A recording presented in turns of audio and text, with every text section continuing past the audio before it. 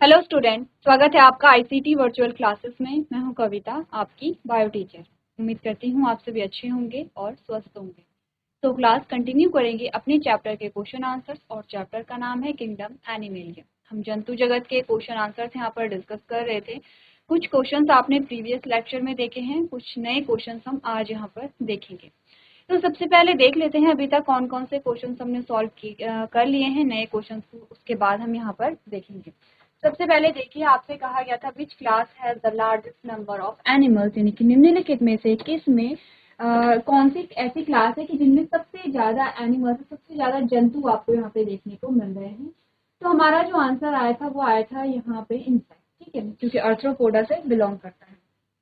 Second है identify the characteristics of A coelomate. तो जो ए सिलोमेट है उनका कैरेक्टरिस्टिक्स बताइए, या बेसिकली आप ये कहिए, आपसे पूछा गया था कि जो ए सिलोमेट है उनकी डेफिनेशन को आप यहाँ पर बताइए। तो ऑप्शन थे absence of mesoderm, absence of brain, coelom that is incompletely lined with a mesoderm, and last है यहाँ पे solid body without a cavity surrounding internal organs। हमने कहा ऑप्शन नंबर डी यहाँ पे करेक्ट था, क्योंकि हमने कहा सॉलिड बॉडी है, कैविटी यहाँ पे एब्सेंट होगी, ठीक है।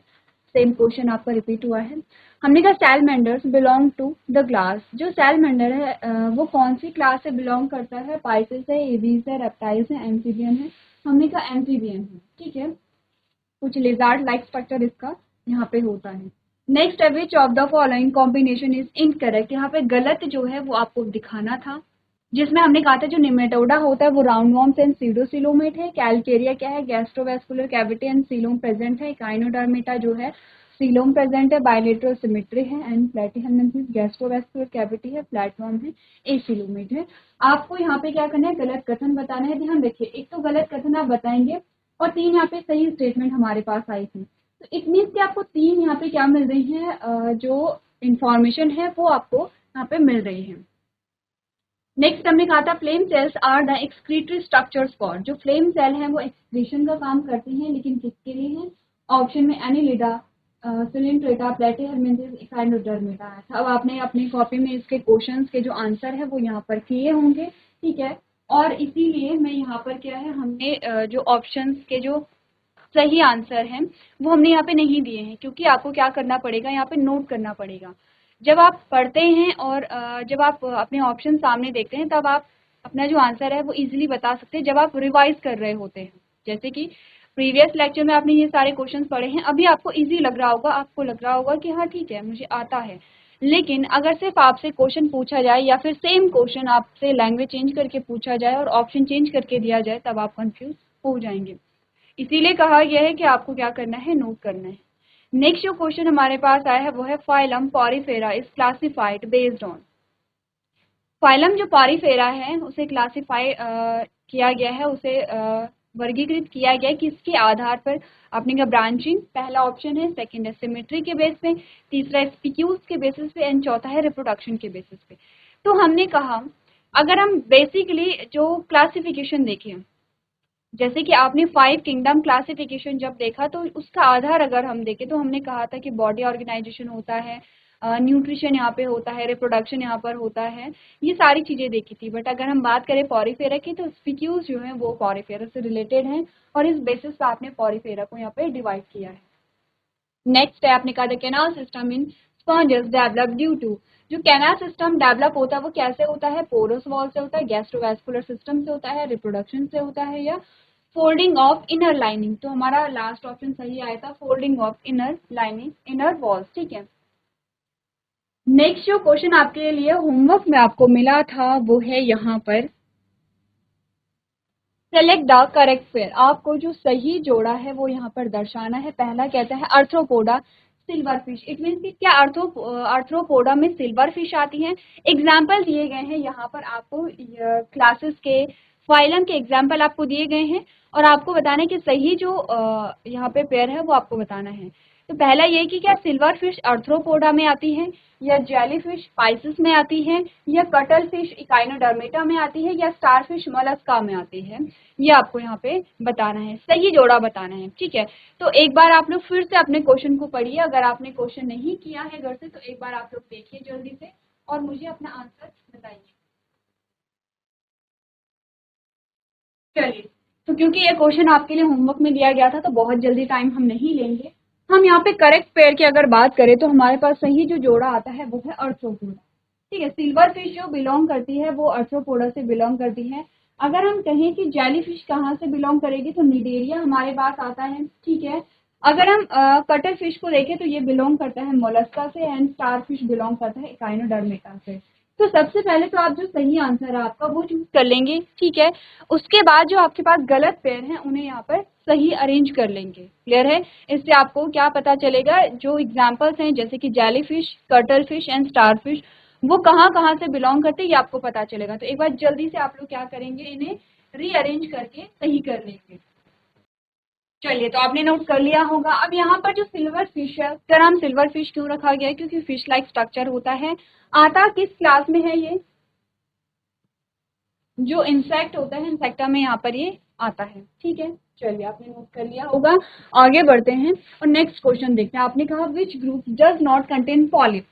देखिए, दो शब्द हमने पढ़े थे, एक तो था पॉलिप और एक था सेसाइल। ठीक है, पॉलिप और सेसाइल का मतलब क्या होता है? देखिए, अलग अलग वर्ड्स की हमने बात की थी यहाँ पर। अब हमने कहा कि इनमें से निम्नलिखित में से कौन सा जो पॉलिप है वो नहीं है। आपने कहा एंथोजोआ है, हाइड्रोजोआ है, स्काइपोजोआ है एंड कैलकेरिया है। जल्दी से ध्यान दीजिए, सबसे पहले तो ये समझिए पॉलिप का मतलब क्या होता है और इनमें से आपका जो सही आंसर है वो क्या होगा। चलिए, तो हमने कहा कि यहाँ पर आपका जो सही आंसर आएगा वो आएगा ऑप्शन नंबर डी यहाँ पे। ठीक है, इसके अलावा अगर हम कहें कि पॉलिप की क्या डेफिनेशन होगी, देखिए हमने सारे वर्ड को यहाँ पे क्या किया था, डिस्कस किया था। ठीक है, इसमें हमने कुछ पॉलिप आता है, मेड्यूसा आता है और सेसाइल आता है यहाँ पर। क्लियर है? और फ्री स्विमिंग आते हैं। कुछ ऐसे वर्ड्स होते हैं जो पारिभाषिक होते हैं। तो पॉलिप क्या है ये मैं यहाँ पे आपको नहीं बताऊंगी, ये आपको जल्दी से अपने नोट्स के पीछे देखना है कि पॉलिप क्या होते हैं।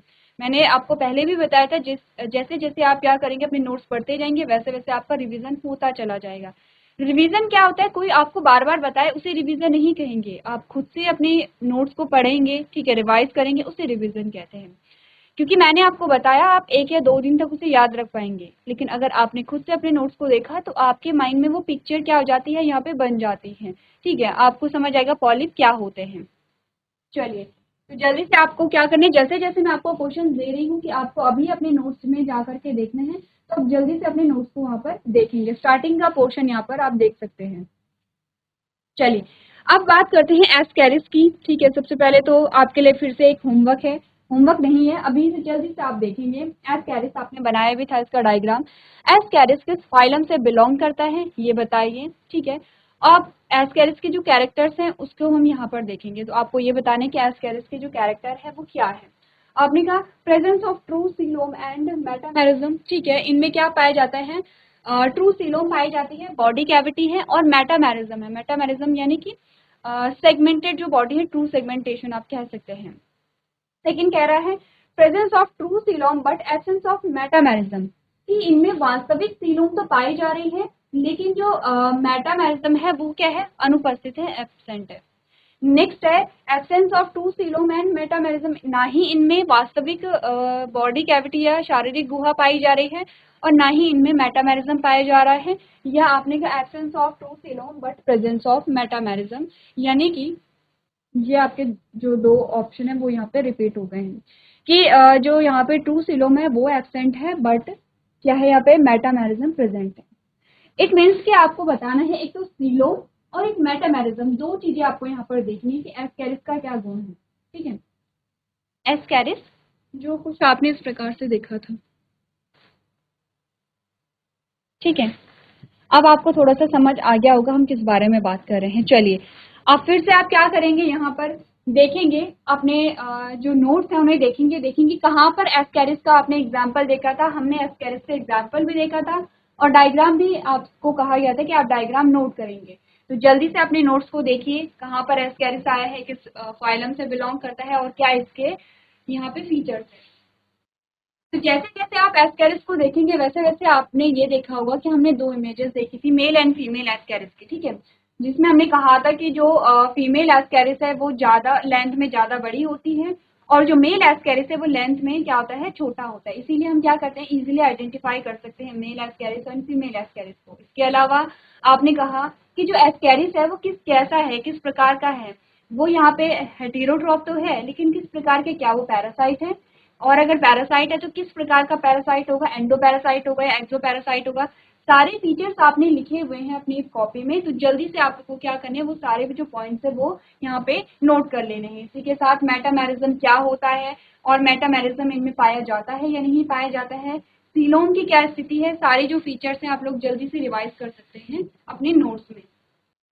चलिए, तो अगर आपने अपने नोट्स देख लिए हैं तो आपको यहाँ पर क्या पता चला है, आपने कहा इनमें सीलोम प्रेजेंट नहीं होती है, किस प्रकार के, ट्रू सीलोम नहीं होती है, सीडो सीलोम पाए जाते हैं और मेटामेरिज्म भी एब्सेंस होता है। तो क्या हम कह सकते हैं कि ऑप्शन नंबर सी बिल्कुल करेक्ट आंसर यहाँ पर होता है। ठीक है, इसके अलावा जो जो फीचर्स मैंने आपसे पूछे हैं उन फीचर्स को आपको क्या करेंगे, आप वहाँ पर देखेंगे।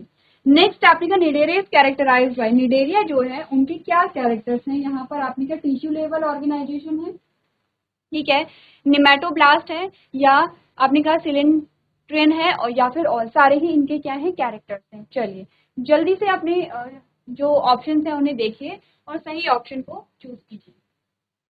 चलिए, तो यहाँ पर आपने देखा, अगर आप निडेरिया की बात करेंगे तो यहाँ पे टिश्यू लेवल का जो ऑर्गेनाइजेशन है वो टिश्यू लेवल का होता है। ठीक है, अगर हम निमेटोब्लास्ट की बात करें तो ये क्या करते हैं, यहाँ पे एज अ डिफेंस जो सिस्टम है, या फिर क्या करते हैं, डिफेंस प्रोवाइड करवाते हैं। ठीक है, तो हम कह सकते हैं यहाँ पर कि इनके जो सारे ही जो ऑप्शंस आपके हैं वो सारे किसके कैरेक्टर हैं, निडेरिया के कैरेक्टरिस्टिक्स है। नेक्स्ट हम बात करते हैं notochord occurs through out the life and all through the length of the body in. आपको कहा गया है कि जो नोटोकॉर्ड है, नोटोकॉर्ड एंड नर्व कॉर्ड दो हमने पढ़े थे। ठीक है, अब हमने कहा था कुछ इस प्रकार का डायग्राम आपने देखा था,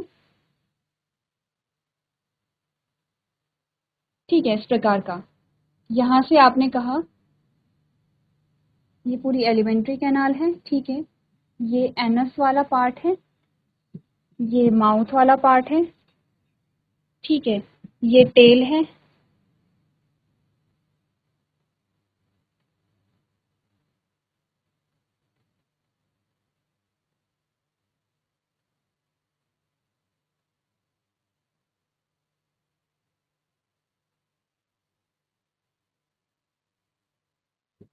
ये नर्व कॉर्ड है,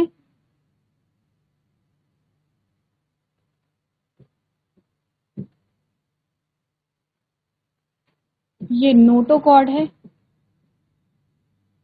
ठीक है, ये हमने कॉर्डेट्स का डायग्राम जब देखा था तो वहां पर हमारे पास कुछ फीचर्स आए। ठीक है, अब हमने कहा यहाँ पे notochord occurs through out life and all through the length of the body. Notochord पूरी लाइफ में प्रेजेंट है, ठीक है, फ्रॉम बर्थ टू डेथ, यहाँ पे पूरी लाइफ में नोटोकॉर्ड प्रेजेंट है और पूरी लेंथ में प्रेजेंट है, जैसे कि हमने यहाँ पर देखा है पूरी लेंथ में प्रेजेंट है, फ्रॉम माउथ टू टेल वाले जो पोर्शन में है पूरा प्रेजेंट है। किन में पाया जाता है, आपके पास ऑप्शन आते हैं Cephalochordata, Hemichordata, urochordata and vertebrata. ठीक है, तो जब हमने फाइलम कॉर्डेटा को देखा था तो हमने कहा था यहाँ पर हमारे पास कितने पार्ट आए थे, 3 पार्ट आए थे, जिसमें हमने कहा था यूरोकॉर्डेटा, सिफेलोकॉर्डेटा एंड वर्टिब्रेटा। 3 हमने यहाँ पर क्या देखे थे, इनके ब्रांचेस देखी थी। अब तीनों में हमने कहा था कि एक ऐसा हमारे पास ग्रुप आया था कि जिसमें जो नोटोकॉर्ड है वो लार्वा स्टेज में पाई जा रही है और वो भी सिर्फ टेल में पाई जा रही है। ठीक है, कैसे होते हैं, सेसाइल होते हैं, कुछ इस प्रकार का स्ट्रक्चर हमने देखा था। वर्टिब्रेटा में हमने कहा कि ठीक है पूरी लाइफ में प्रेजेंट है, एंड वर्टिब्रेटा में हमने जाकर के देखा कि यहाँ पर जो नोटोकॉर्ड है वो यहाँ पे वर्टिब्रल कॉलम में कन्वर्ट हो जा रही है। ठीक है, कन्वर्ट नहीं हो रही है, रिप्लेस हो रही है। ये जो सेंटेंस है आप लोग इसे सही कर लेंगे कि जो नोटोकॉर्ड है वो वर्टिबल कॉलम में कन्वर्ट नहीं होती है, बल्कि जो नोटोकॉर्ड है वो वर्टिबल कॉलम से रिप्लेस हो जाती है। यही हमने कहा था कि आपकी अगर वर्टिबल कॉलम है इस प्रकार से, ये आपकी स्पाइनल कॉर्ड है, ये आपकी क्या आते हैं, वर्टिब्री आती है। ठीक है, और यहाँ कहीं बीच में अगर हम ये हटा ले, अगर हम स्पाइनल कॉर्ड हटा दें तो आपने कहा कहीं बीच में आपको क्या देखने को मिलता है, छोटे से डॉट के रूप में आपको नोटोकॉर्ड मिलती है। तो हमने कहा कि ये नोटोकॉर्ड क्या है, प्रेजेंट तो है लेकिन बहुत कम क्वांटिटी में प्रेजेंट है। तो इसी प्रकार से हमने देखा था, हमने कहा था कि वर्टिब्रेटा में तो जो नोटोकॉर्ड है वो यहाँ पर वर्टिबल कॉलम में कन्वर्ट हो जाती है, हमारे पास रह जाते हैं सिफेलोकॉर्डेटा एंड यूरोकॉर्डेटा। हमने कहा था यूरोकॉर्डेटा जो है वो है तो कॉर्डेट्स में रखे हुए हैं, लेकिन किस प्रकार के हैं, सिसाइल हैं। इनमें जो नोटोकॉर्ड प्रेजेंट होती है ये इनके लार्वल स्टेज में होती है, सिर्फ टेल वाले पोर्शन में होती है, पूरी बॉडी में नहीं होती, टेल वाले पोर्शन में ही होती है। अगर हम बात करें सिफेलोकॉर्डेटा की, तो सिफेलोकॉर्डेटा हमारे पास ऐसा ग्रुप आता है कि जिसमें नोटोकॉर्ड प्रेजेंट है, पूरी लाइफ में प्रेजेंट है, पूरी बॉडी लेंथ में प्रेजेंट है। ठीक है, क्लियर है इतना? ऑप्शन नंबर ए आपका क्या होगा यहाँ पे करेक्ट आंसर होगा। चलिए आगे बढ़ते हैं। आपने कहा पेरिप्लेनेटा बिलोंग्स टू विच फाइलम, आपको बताना है, आपको एग्जाम्पल दिया गया है पेरिप्लेनेटा किस फाइलम से बिलोंग करता है। मोलस्का है, आर्थ्रोपोडा है, एनिलिडा है, काइनोडर्मेटा है। एग्जाम्पल्स में जाएंगे जल्दी से, ठीक है? आपको फाइलम का नाम दिए, आपको फाइलम देखने हैं, जो जो फाइलम आपके हैं और उनके एग्जाम्पल्स आपको देखने हैं, जल्दी से अपने आंसर को देखना। चलिए, तो यहाँ पर अगर मैं आपसे कहूँ, आप थोड़ा कंफ्यूज हो सकते हैं, अगर मैं कहूँ पेरिप्लेनेटा का कॉमन नेम अगर मैं कहूँ, तो कॉमन नेम इसका होगा अमेरिकन कॉकरोच। क्या आप बता सकते हैं कि ये किस फाइलम से बिलोंग करता होगा? ऑफ कोर्स, क्योंकि आप जानते हैं कॉकरोच जो आते हैं आपके आर्थ्रोपोडा में आते हैं। ठीक है, आपका ऑप्शन नंबर सेकंड बिल्कुल करेक्ट आंसर होगा। ठीक है, इसीलिए कहा जाता है कि कॉमन नेम भी आपको याद रखने, क्योंकि हमें जो चीजें होती है वो कॉमन नेम से ही याद रहती हैं। ठीक है, नेक्स्ट आपका है which of the following character is not typical to class mammalian. आपने बोला निम्नलिखित में से क्लास मैमेलिया का फंक्शन कौन सा नहीं है। ठीक है, आपको कहा गया कि which of the following character is not a typical to class mammalia, यानी कि मैमेलिया के लिए कौन सा जो कैरेक्टर है जो वो टिपिकल नहीं है। आपने कहा एल्वुलर लंग्स, लंग्स जिनमें एल्वुलाई पाई जाती है। ठीक है, लंग्स जिनमें एल्वुलाई पाई जाती है। 7 सर्विकल वर्टिब्रेट। ठीक है, या फिर आपने कहा थीकोडोंट डेफिनेशन। अब ये थीकोडोंट क्या होते हैं, ये आपके टीथ से रिलेटेड है। ठीक है, 10 पेयर्स ऑफ क्रेनियल नर्व्स। अब ध्यान दीजिए, बताइए कि इनमें से जो कैरेक्टर्स आपको बताए गए हैं वो कौन सा क्लास मैमेलिया का नहीं आपके पास आता है। थीकोडोंट जो है वो यहाँ पर टीथ से रिलेटेड है। थीकोडोंट क्या होते हैं, जैसे कि हमने कहा था कि दांत एक बार आते हैं या 2 बार आते हैं। दांत जो गम्स हैं, जो सॉकेट उसमें फिक्स हैं या उसमें फिक्स नहीं होते हैं। इस प्रकार से हमने अलग अलग वर्ड यहाँ पे यूज किए थे। एक बार पढ़िए चीजों को और अपना जो आंसर है उसे चूज कर लीजिए। चलिए, तो बात करते हैं यहाँ पर जो मैमल्स हैं, मैमल्स में क्योंकि ह्यूमंस आते हैं तो अपना हम यहाँ पर एग्जाम्पल लेंगे। ठीक है, अपने आप को ध्यान में रख करके हम बातें करेंगे। सबसे पहले बात करते हैं यहाँ पे एल्विलर लंग्स के बारे में। तो जब हमने लंग्स का यहाँ पे आपने जब रेस्पिरेटरी सिस्टम बनाया, तो ये आपका ट्रैकिया है। ट्रैकिया जो है वो आपके ब्रोंकाई में टूट जाते हैं, ब्रोंकाई आपके एंटर होते हैं लंग्स में। अब जो ब्रोंकाई है वो प्राइमरी ब्रोंकियोल, सेकेंडरी, टर्शरी और टर्मिनल ब्रोंकियोल में कन्वर्ट होते हैं। और टर्मिनल जो ब्रोंकाई होता है, जो टर्मिनल ब्रोंकियोल होते हैं, उनमें लगे होते हैं बलून लाइक स्ट्रक्चर, जिन्हें हम क्या कहते हैं, एल्विलाई कहते हैं। तो एल्विलियर लंग्स हमारे होते हैं, बिल्कुल होते हैं। इट मीन्स कि ये क्या है, बिल्कुल ये जो फीचर है मैमल्स का है। ध्यान रखिए, हमारे क्वेश्चन का आंसर नहीं है, हमें वो बताना है जो फीचर नहीं है मैमल्स का। नेक्स्ट है 7 सर्विकल वर्टिब्री। सर्विकल वर्टिब्री जो आपकी स्टार्ट होती है वो यहाँ से होती है, यहाँ से। ठीक है, तो यहाँ से लेकर के यहाँ, यानी कि जो इसके जस्ट अपोजिट है आपकी जो गर्दन है, उसमें आपके 7 सर्विकल वर्टिब्री होती है, जिसमें C1, C2, C3, C4, C5, C6, C7 से आप इसे जानते हैं। आप क्या करेंगे, अगर सर्च करेंगे अपने फोन में तो आपको दिखाई देगा इस प्रकार से, यहाँ से लेकर के यहाँ तक का पोर्शन आपको रेड में दिखाई देगा, उसमें C1, C2 करके भी आपको दिखाई देती है। जैसे कि अगर आप टच करते हैं, ये तो आपका क्या है, विंड पाइप है। ठीक है, ये विंड पाइप है हमारा। ठीक है, तो वैसे ही आपकी नीचे यहाँ जो स्पाइनल कॉर्ड निकल रही है और जहाँ से आपकी पूरा वर्टिबल कॉलम जो बन रहा है, यहाँ से आपकी स्पाइनल कॉर्ड निकलेगी। ये पूरा जो रीजन है, यहाँ से स्पाइनल कॉर्ड निकलती फिर आपकी वर्टिब्रल कॉलम बनाती है। तो वहां पर क्या होता है, सर्विकल वर्टिब्री होती है। ठीक है, यहीं से आपकी सर्विकल वर्टिब्री होती है। यही आपकी रीढ़ की हड्डी, यहाँ से इस प्रकार से जब आप टच करते हैं और नीचे की ओर आपकी रीढ़ की हड्डी होती है। तो 7 सर्विकल वर्टिब्री का मतलब है कि इस वाले रीजन में क्या होंगे, यहाँ पे जो वर्टिब्री हैं वो 7 होते हैं। ठीक है, नेक्स्ट है थीकोडोंट। हमने कहा था थीकोडोंट का मतलब है कि जो दांत है वो सॉकेट में, वो डीप सॉकेट में क्या है, फिक्स होते हैं। जैसे गम में हमारे दांत फिक्स हैं, तो हमारे जो दांत है वो कैसे थीकोडोंट है। किसी में क्या होते हैं, स्यूडोडोंट होते हैं। स्यूडोडोंट का मतलब है कि वास्तविक सॉकेट नहीं पाया जा रहा है या फिर इतनी डीपली फिक्स नहीं होते हैं। लास्ट ऑप्शन का मतलब है कि 10 pairs of a cranial nerve. Cranial nerve का मतलब आप समझते हैं,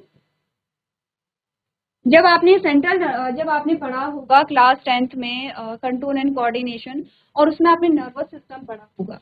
नर्वस सिस्टम में आपने पढ़ा कि नर्वस सिस्टम दो टाइप का होता है, central nervous system and peripheral nervous system. ठीक है, सेंट्रल नर्वस सिस्टम में आपका ब्रेन एंड स्पाइनल कॉर्ड आता है, और पेरिफेरल नर्वस सिस्टम में आपके क्या आते हैं, यहाँ पर आपने कहा नर्व्स आते हैं। अब जो ब्रेन एंड स्पाइनल कॉर्ड हैं अलग अलग आपकी होती हैं, कुछ जो आपकी नर्व्स होती हैं वो ब्रेन से डायरेक्ट निकलती हैं, और कुछ आपकी जो निकलती हैं वो निकलती है स्पाइनल कॉर्ड से निकलती हैं। तो हमारे पास क्रेनियल नर्व आती हैं यहाँ पर, ठीक है, और जो क्रेनियल नर्व का जो नंबर होता है वो 10 ना हो करके कितना होता है, 12 होता है। क्लियर है? यहाँ पे होमवर्क क्या है, क्रेनियल नर्व कौन सी होगी, जो ब्रेन से निकल रही है या स्पाइनल कॉर्ड से निकल रही है, ये आप खुद से करेंगे, खुद से ढूंढेंगे, क्योंकि ये क्लास 10th का क्वेश्चन है। ये जो आपके पास आया है क्वेश्चन, ये जो ऑप्शन, अगर हम कहीं स्पेसिफिकली अगर ऑप्शन पे ध्यान देंगे, ऑप्शन आपका क्लास 10th का है। आपको ये देखना है क्रेनियल नर्व किसे कहते हैं, जो ब्रेन से निकल रही है, जो स्पाइनल कॉर्ड से निकल रही है। ठीक है, इसके अलावा ब्रेन से निकलने वाली और जो स्पाइनल कॉर्ड से निकलने वाली नर्व है, उन दोनों के क्या नाम होते हैं, उन दोनों का नंबर कितना होता है, ये आपको देखना है। ठीक है, तो हमने कहा, क्योंकि यहाँ पे 10 पेयर्स बोला गया, हमने कहा 10 पेयर्स नहीं होते हैं, 12 होते हैं, तो ऑप्शन कौन सा सही आएगा, ऑप्शन नंबर डी आपका करेक्ट आंसर आएगा। इट मीन्स कि ये हमारे जो मैमल्स होते हैं, मैमल्स का ये फीचर नहीं है। क्लियर है इतनी बातें? ठीक है, आगे बढ़े। चलिए, आपने कहा radial symmetry is found in, radial symmetry निम्नलिखित में से किसमें पाई जाती है, आपने कहा सिलेंट्रेटा इन प्लैटीहेल्मिन्थीज में, सिलेंट्रेटा इन एकाइनोडर्मेटा में, आर्थ्रोपोडा इन मोलस्का में, एंड पॉरीफेरा इन सिलेंट्रेटा में। रेडियल सिमेट्री का मतलब यहाँ पर है, सिमेट्री जो है वो दो प्रकार के मिलने के लिए, रेडियल होती है, बायलेटरल होती है। ठीक है, रेडियल का मतलब होता है किसी भी प्लेन से कट करेंगे आपको 2 इक्वल हाफ मिलेंगे। सेंटर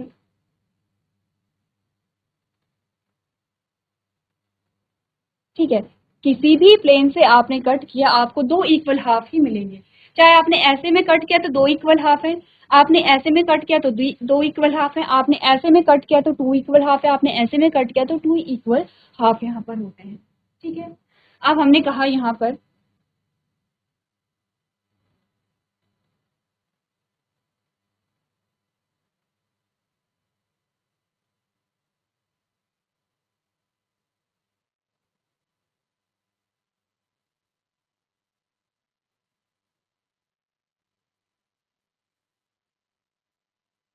ठीक है, अब कोई ये नहीं बोलेगा कि ये जो ड्राइंग है बिल्कुल गंदी है, क्योंकि आपको समझना है। मैंने कहा जब मैंने यहाँ पे एक प्लेन को ड्रॉ किया